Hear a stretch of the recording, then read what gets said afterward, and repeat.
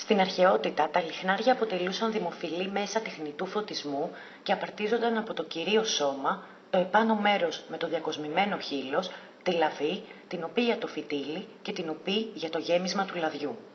Το λάδι ή το λίπος που χρησιμοποιούνταν έπρεπε να είναι αρκετά ρευστό ώστε να επιτρέπει σε ένα φυτίλι ικανοποιητικού βάρους να διάγει την απαραίτητη ποσότητα στο καιόμενο μέρος ώστε να τροφοδοτείται η φλόγα.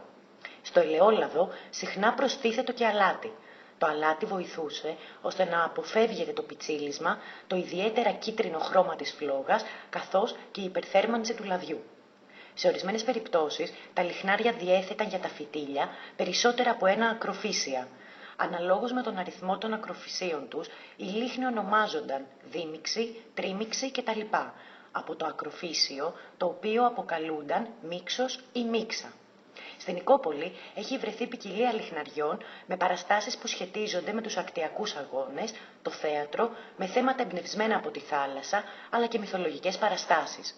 Πληθώρα λίχνων παρουσιάζουν θεότητες του ρωμαϊκού και του ελληνικού πανθέου, όπως ο ακέραιος μονοτός λίχνος με ανάγλυφη παράσταση της Άρτεμις σε κατενόπιον στάση. Στο αριστερό της χέρι η θεά κρατά τόξο. Στη δεξιά της πλευρά εικονίζεται σκύλος στραμμένος προς τη θεά, ενώ πίσω εικονίζεται βωμός. Η οπή πλήρωσης βρίσκεται στα πλάγια τυχώματα του δίσκου. Το λιχνάρι έχει επίπεδη βάση που ορίζεται από εγχάρακτο δακτύλιο και στο κέντρο του φέρει την υπογραφή Λουκίου, που πιθανότατα ήταν ο τεχνίτης που το κατασκεύασε.